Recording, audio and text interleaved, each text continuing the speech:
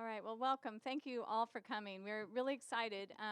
We were trying to think back the last time we actually had the arts community come together, and we believe it was back in 2005 when we actually were trying to get Arttoberfest off the ground. And it was when we brought people together to kind of envision what would Arttoberfest look like, and that had a good 10-year run. So I'm hoping that we don't have to wait another decade to do this again, but that this can be the start of something really wonderful for our entire community.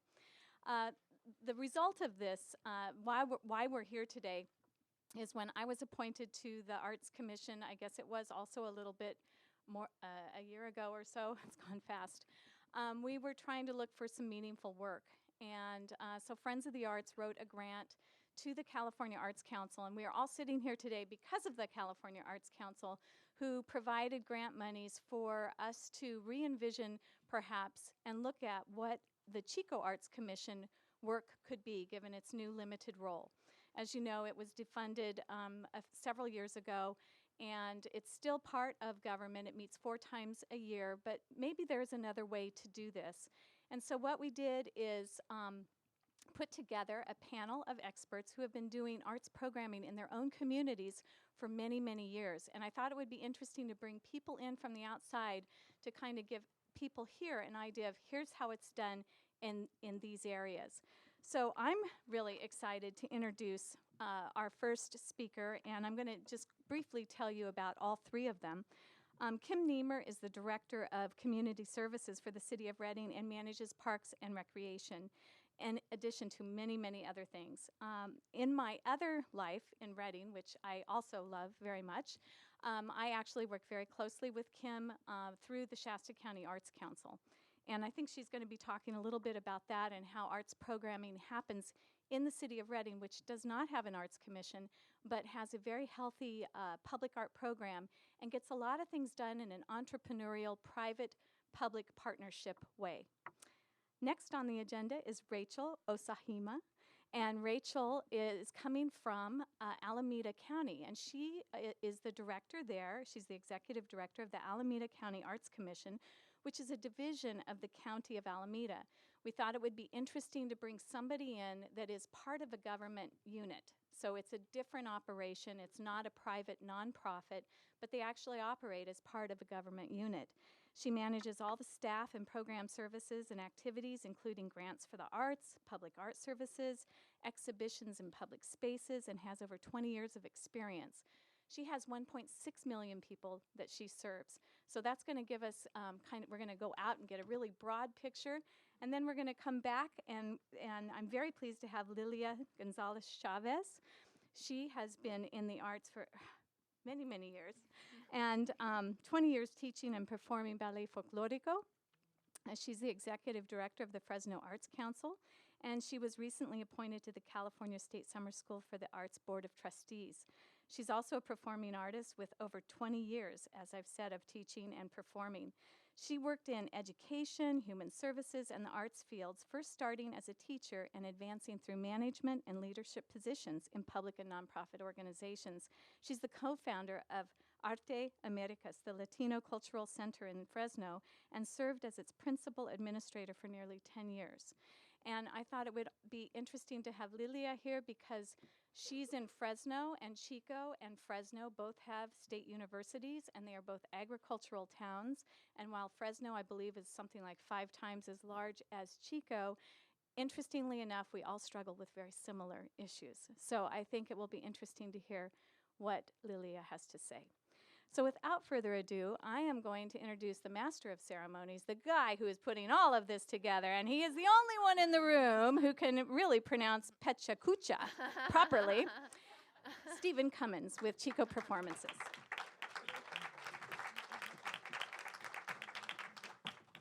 Hello, hello. Welcome, welcome. I am Stephen Cummins, Director of University Public Engagement at Chico State, and I am the one who saddled you with the word Pachakacha.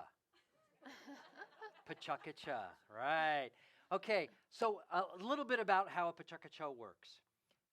This was a crazy idea that some people put together, I think over in Asia at first, although they weren't Asian. and it has sort of taken off. And I've been to several arts conferences where they do this. It puts all the pressure on your presenters to put this into a visual medium, PowerPoint, but not get sucked into what PowerPoint can often do to you. So they're on a clock. They have to give you this presentation so that we get through it in a timely way so that when, now that you know who they are and what they do, we can start to have a conversation and you guys can start to, your wheels have been greased and you can start asking those questions. So they're going to present. We're going to then have a little conversation, the four of us, and then we're going to start asking you questions. And after that, you have to participate. This is not a passive event. So we are going to then have a little break, and we're going to move into a World Cafe where we're going to move around in groups and we're going to talk about the arts in our community. I don't know where it's going to lead because that's the beauty of a World Cafe. We're going to find out what the state of the arts are in Chico and Butte County based on what you think. But first, we're going to get started by figuring out what the state of the arts are in other communities so maybe we can use them as a lens. So, without any further ado, please welcome Kim to the stage.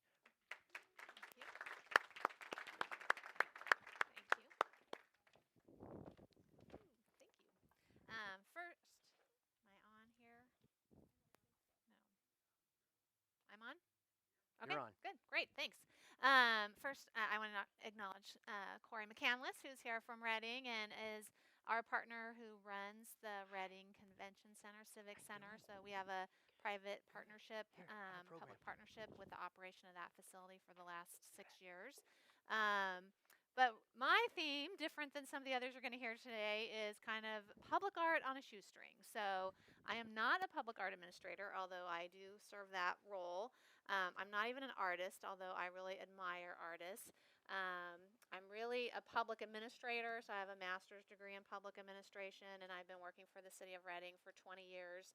I do a lot of fundraising for projects, and I know a lot of people in the community. So Reading is a city of 92,000, but it, because of our, just like Chico a little bit, because of our geographic isolation, there's strong sense of pride and community and ownership, and so our residents are the business owners, the school parents, the Little League coaches, everything. So we have a real strong pride in our community, and we're kind of a get her done, make it happen. It's going to be on us to do that. So I just mostly brought a bunch of pictures to show you the range of things that we have accomplished, and I'll talk a little bit about the partnerships that we have done to make that happen. So, are you ready? I am. All right. All right. So here's Old City Hall. So this is our historic City Hall building that is leased to the Arts Council, almost free of charge, and an art piece that was commissioned several years ago by a downtown interest group that commissioned several pieces and then had a vote and offered to buy this one. This is Cascade Theater, so our historic theater that was renovated several years ago. It has great Art Deco pieces that have been polished and fixed and just really shine in our downtown. So this is our DMV, so like all good state buildings, we have a piece of art that was plopped there in the 80s that no one's quite sure where it came from or what it does, but we call it a big wheel because it's in front of the DMV. But then we've done great projects. So this is Buster Simpson, a well-known public artist who was commissioned to do this in front of the Turtle Bay Museum. It's called the Monolith, and so he obviously did a lot of research on the history. This was a quarry that was used to build Shasta Dam. This is a fountain project that the Rotary Club did as a service project, and then we came in later and added this art piece. So these ceramic flowers, and Donna Billick, an artist out of Davis, was the artist on this. So we don't have a lot of public artists in Reading, so we have typically gone to the region. This was our city manager's idea at the time, we're even going to put art on the manholes. So that was designed and their commission, and they were really the same price as the regular ones, so it was a nice idea. when we redid a big part of our Caltrans Highway 273, we commissioned a local artist to do about 10 of these salmon. So we're very fond of our salmon in the river. These were only supposed to last like 7 years, and they've been out there for 15. But they've patinaed nicely, and now Caltrans has taken our idea and run with it, and they've put them on the Highway 44 bridge also with the same artist. This was a project that we partnered with our Public Works Department, and we had some funding, a local artist, so that's hammered copper on engraved wood form. And he comes out, he and his wife come out still and polish it up with olive oil. So now we got some olive oil people here. So that's the Magic Tonic. It's on Cypress and Hilltop, which is our main entry to our hospitality corridor.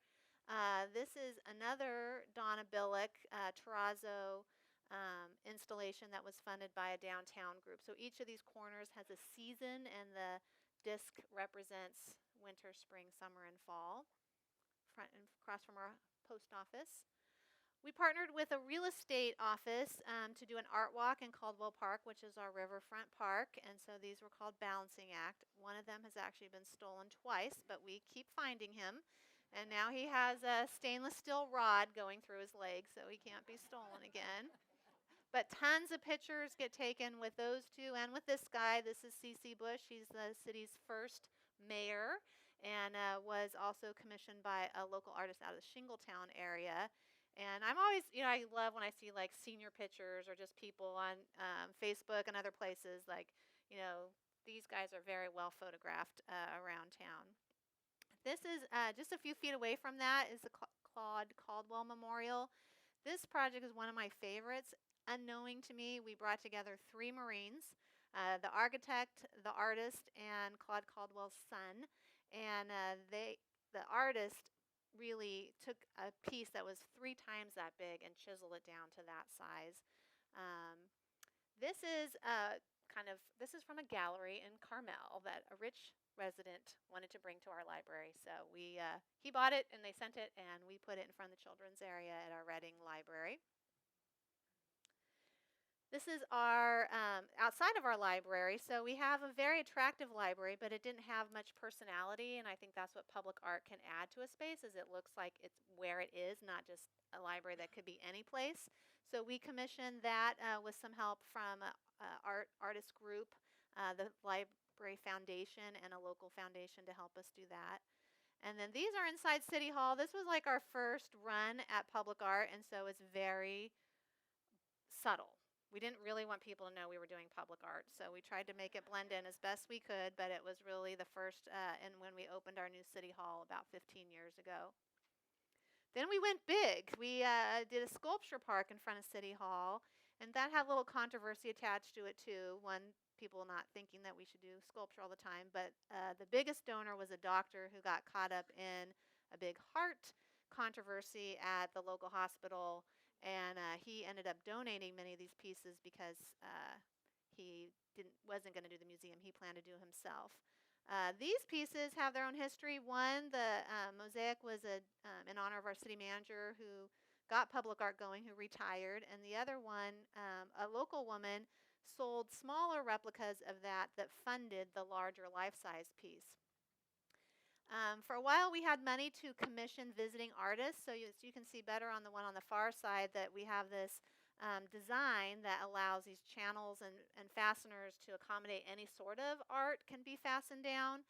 And we were having different artists come every 2 years. That funding went away, but those artists have left their work there, so we've appreciated that. And then we have a gallery inside City Hall that has 3 exhibits a year. That rotates, and we have receptions, and those are local artists that participate in that. So, we kind of do what we can do with a lot of volunteers. This is our next project that's coming, and it's going to be this column in the middle of a traffic roundabout, and that's funded with an artist that's donating his time, and he got a grant through the Community Foundation for the materials. So we just kind of look for opportunities as they come up and partner with people that are interested and do the best we can with what we have.